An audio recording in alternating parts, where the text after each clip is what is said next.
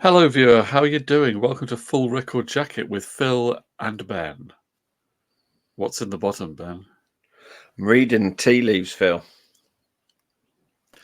Are they helping you to choose your favourite albums of 1997? No, not at all, Phil.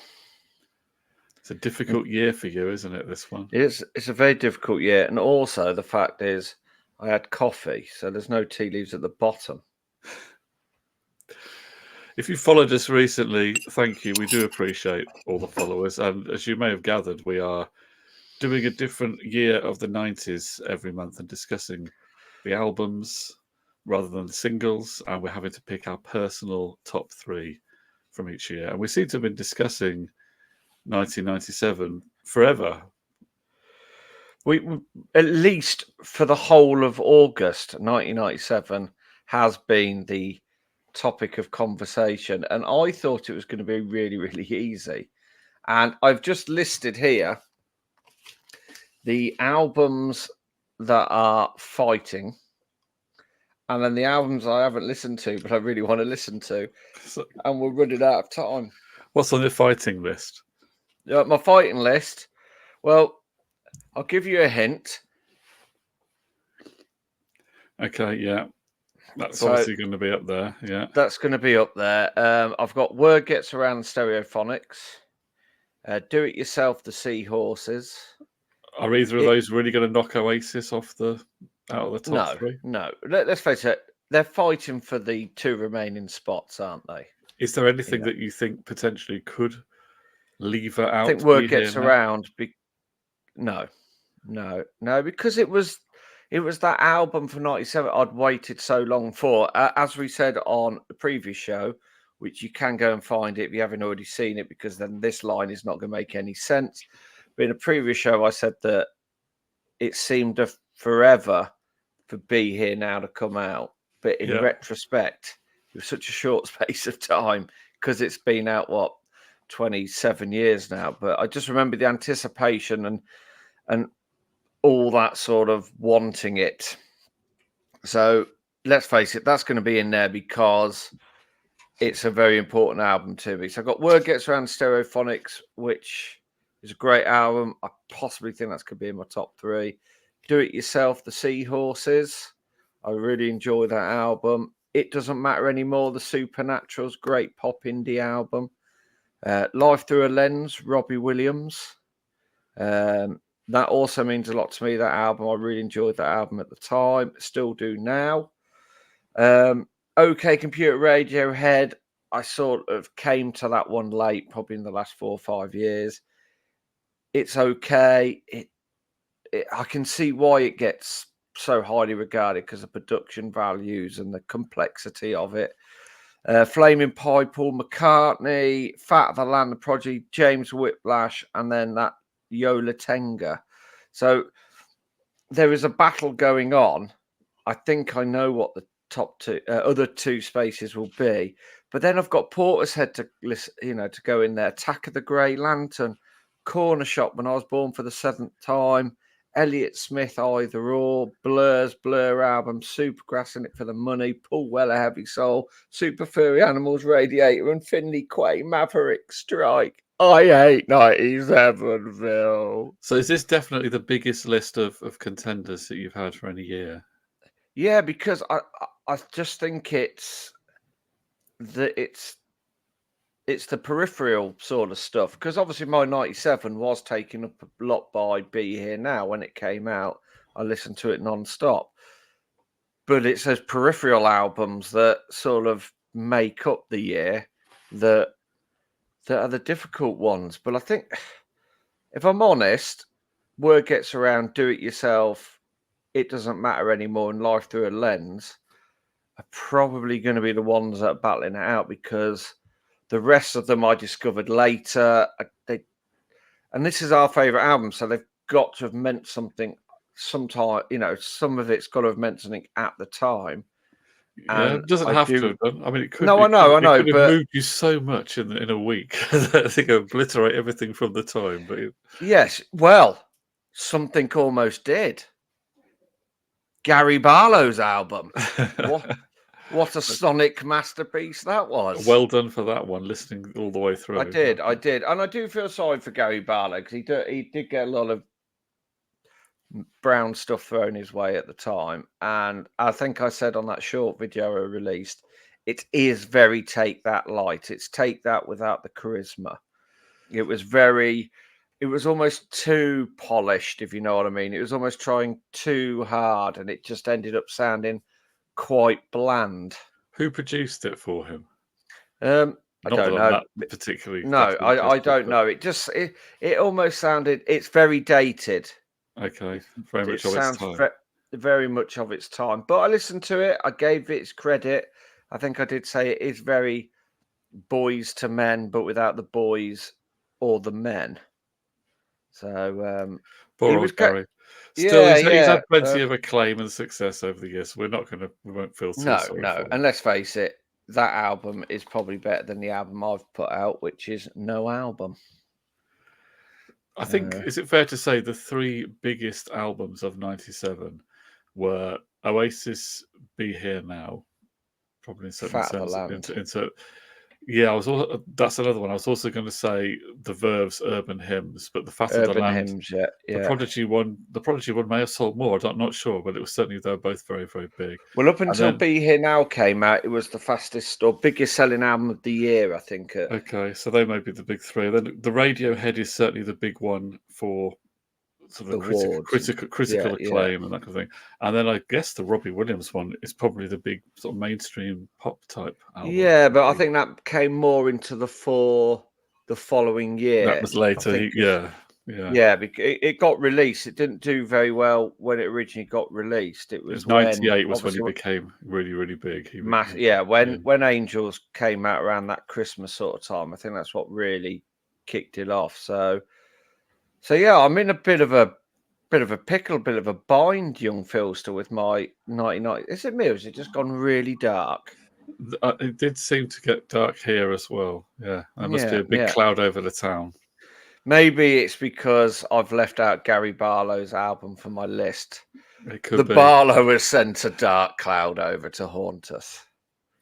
Imagine if he could do that. The power of the Barlow. He never forgets, man. He never forgets. You know, it's. I was trying to think of another one, and I you know, all I do each night is pray that he will forgive me.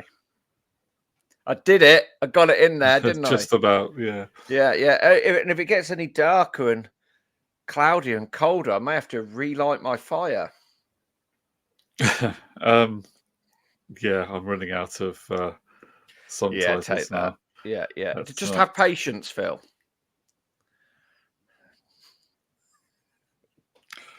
We really do rule the world, don't we, with this humour? Amazing. We really do. We are a flood of humour. Yeah. I'm trying to think what I was going to say about 1997. Yes, some of the albums I've listened to, I have listened to some this week. Oh, you have? I've listened to some as well, but you tell me yours. I used as my workout, I had it in my little ear pods as I was exercising, Supergrass. In it for the money. In it for the money. That was good. You know, I don't think I've heard that since the time. Is that the one with Going Out and Richard III and Sun Hits the Sky? Yes, I think they're all familiar. So I couldn't really remember it. I mean, I used to listen to the Supergrass debut album a lot, but they're one of those bands where I had one album and liked it, but then I was, I just didn't sort of get so deep into them. I kept on buying all the albums, so I just sort of liked them, liked the first album, but didn't go into buying all of them. But it was good. It is a good album. I've got it on. I've got it on a 12-incher, Philster. But that was just one listen. But I'd say it was enjoyable first listen.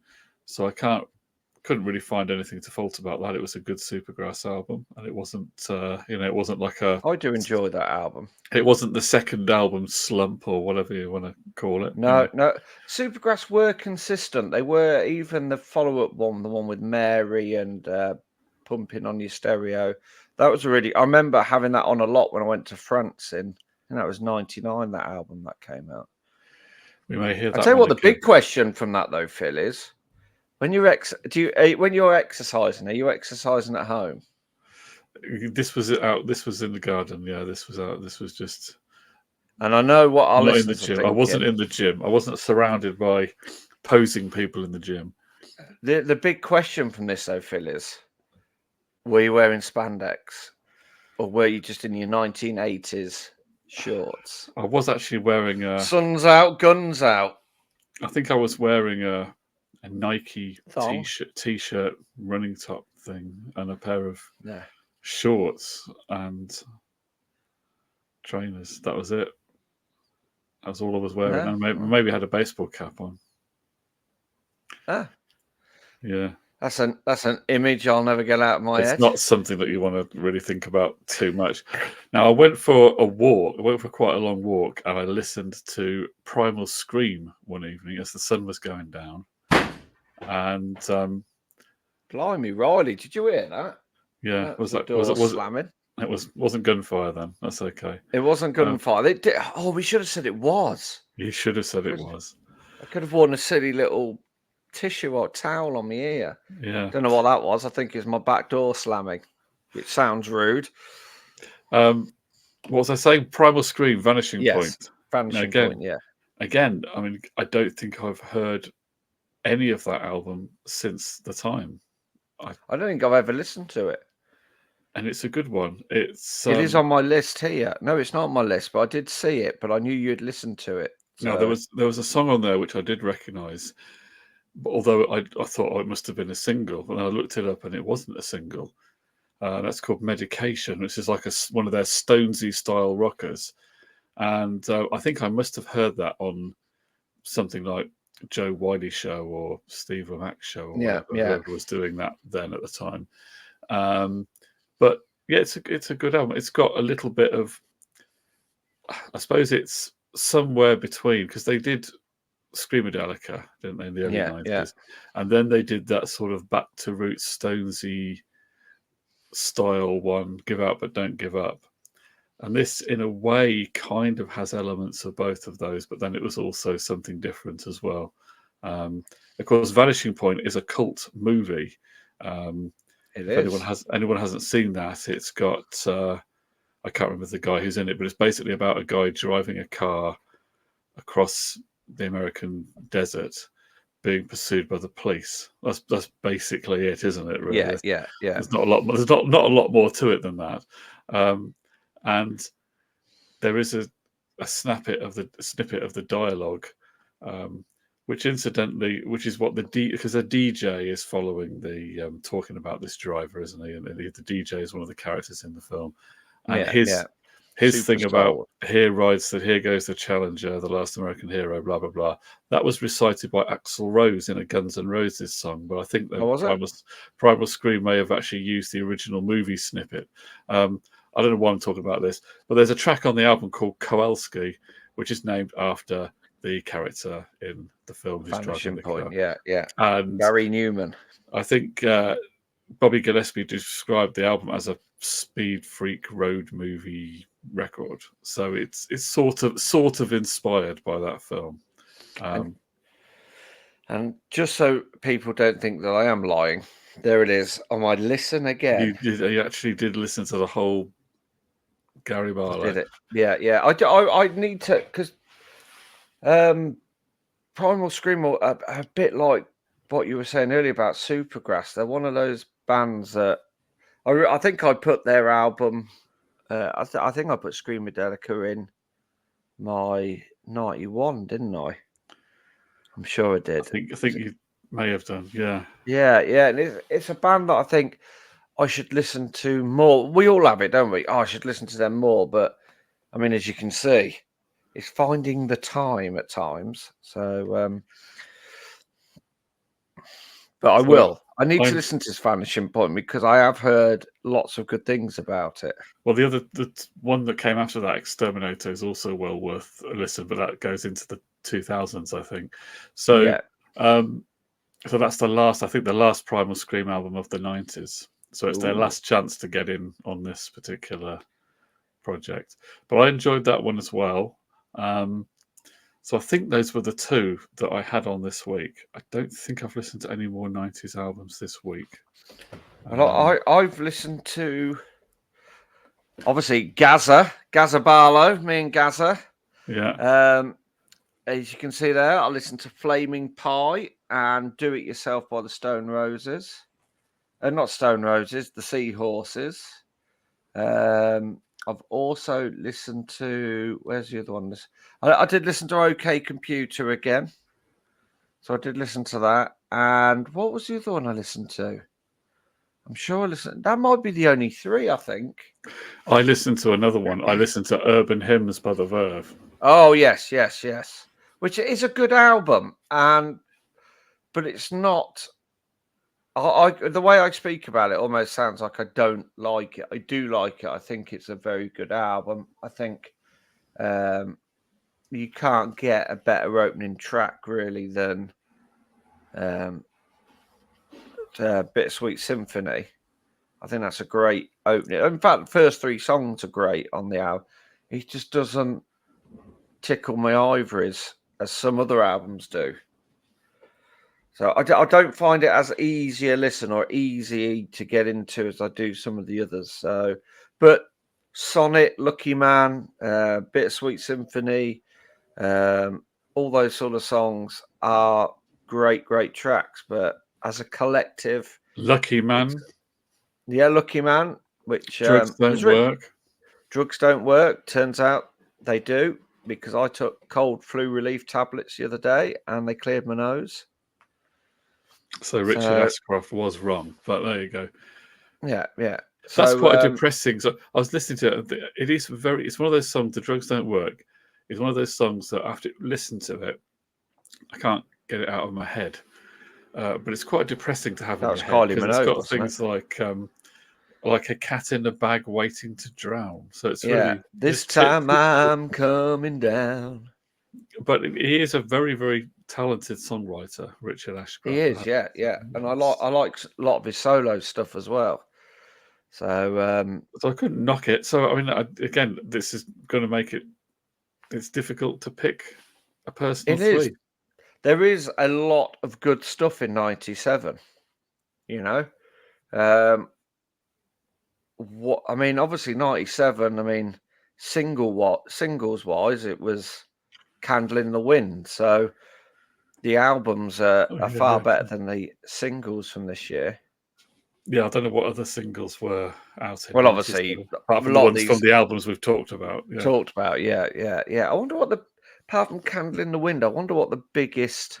What was the biggest pop hit of '97? Yeah. Apart from Candle in the Wind, which I think was on the Canada top. Was it? I think it was number one in Canada for about 37 years. I think that was also the case in Australia. Yeah. I believe that was the thing. Would it have been the Spice Girls in '97? Well, I can tell you that in America, I'm just looking at the Billboard one. The biggest hit was the Elton John one. There was also the second one, which I don't remember, is Jewel. You Were Meant for Me. Foolish Games, a double A song. Yes, I remember Jewel. But that was obviously massive in America. I don't think it was quite as big. No, I don't think she ever sort of hit it off over here. Now I remember this one, "I'll Be Missing You" by Puff Daddy and Faith Evans. Yeah, that was a great track. That's the one that had the sample of the Police on it. It did, yeah. Tony Braxton, "Unbreak My Heart." Unbreak my heart. I don't remember this one. Puff Daddy featuring Mace. Is it Mace or Macy? Yeah. Can't Nobody Hold Me Down. Yeah, that's I don't really remember. They did a few tracks. Mace was quite big around '97, '98. I don't remember that. They did one. Mo Money, Mo Problems or something. What was the one that Puff Daddy did where he had the Zeppelin sample on it? He had the Kashmir by Zeppelin. He had that on it. Yes, that was for. In fact, me and Shoegaze Sam. Wasn't it from the Jamiroquai? From the Godzilla soundtrack. I think it was. Now you say that. It was from the Godzilla soundtrack. I know. Let's have a look. This was also the year of "I Believe I Can Fly" by R. Kelly. I believe I can Return fly. of the Mac by Mark Morrison. Was that So, album out 97? well, it says that I thought it was 96. it says well, it may have been come out later a little bit in America, Come With maybe. Me. It was This the is when it Puff was a hit Daddy. single, by the way. This was a hit single, so the album may Well, have been Mark out. Morris, I know it when it got released. It only went in at like number 4 or 5, and then it climbed the charts So this to was number what 1. How Do I Live Without You, Leanne Rimes, a big Diane Warren ballad. I remember that one. And Hanson's Bop. Remember that Oh, one? was that out 97? That was 97. That Do you was know, a weirdly, I was flicking through the YouTube the other day. It was actually released. Return of the Mac was released in 1996, but obviously it didn't hit America until bit a little bit later. later. I was watching some Noel Gallagher videos on the U of Tube the other day, and I was listening to the Oasis, the Sawmills demos that they've been releasing in anticipation of the 30th anniversary next week of Definitely Maybe's release.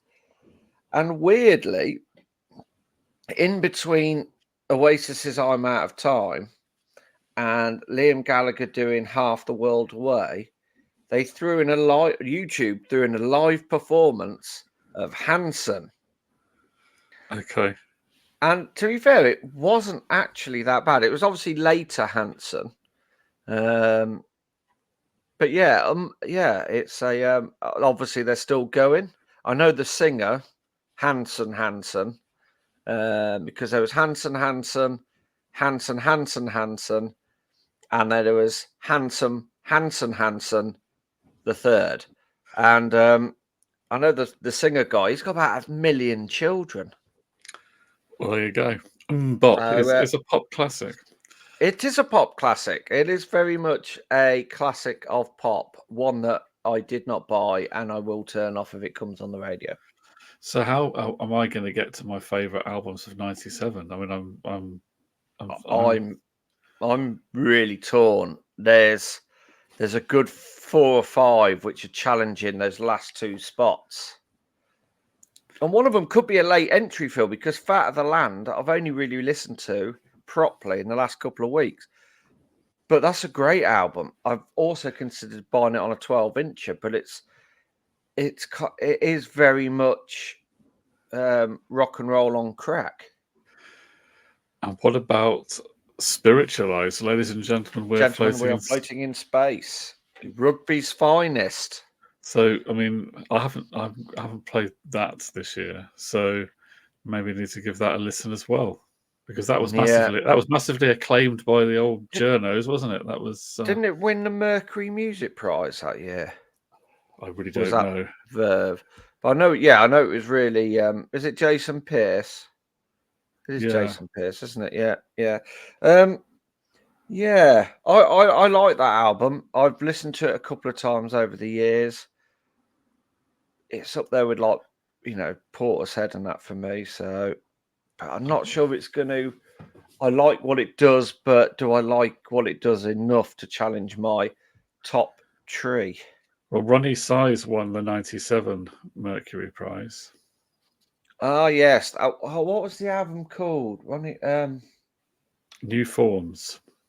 Yes, Ronnie Size was really big, and the thing with Ronnie Size, he was a bit like left field and tricky, and all those sort of artists. They were always sort of the last couple of tracks on side 1 of any Now album in the mid-90s. Yeah, they were, weren't they? Yeah. Other albums that were nominated that year for the Mercury Prize were the Chemical Brothers, Dig Your Own Hole, Yeah. Beth Orton's Trailer Park, the Primal Scream one, Vanishing Point we just talked about, The Prodigy, The Fat of the Land, Yeah. Radiohead's OK Computer, the Spice Girls' Spice was on the list. Suede's coming up. That's another one you see. Well, did that come out in '96 though, or did that come out? Yes, I think it did. I think that was a '96 album, wasn't it? I definitely don't think it was '97. Yeah, I September. think we discussed it last time. I mean, if the Spice Girls is getting in there, then why didn't Be Here Now get in there? I know it's not everybody's cup of tea, I but don't remember very much about Mark Anthony Turnage. Do you remember Mark Anthony Turnage? in the words of a famous philosopher, Phil, who? Yeah, John Taverner was also in the albums list for 97. No, it doesn't ring any bells whatsoever. So yeah, I've never listened to that Ronnie Size album, so I couldn't say. Oh, do you know what I have had an idea about, Philster? Yeah, Is I think once we draw a close, don't we, on our deciding in October? well, October we'll be doing the final one, won't we? The final year. September will be 98, October will be 99. Yeah, I think at the end of October, we should get on 2 of our former guests, the Harper and the Shoegazer, separately, and they can tell us, and they can have an entry, one of their favourite albums. We can discuss one of their favourite albums from the 1990s. yeah. And maybe add it into the mix. We can have a guest on. We can have some meat in our sandwich. We'll work out how many albums we've got on our list because we have 3 each. That's 60. 60. Did the maths.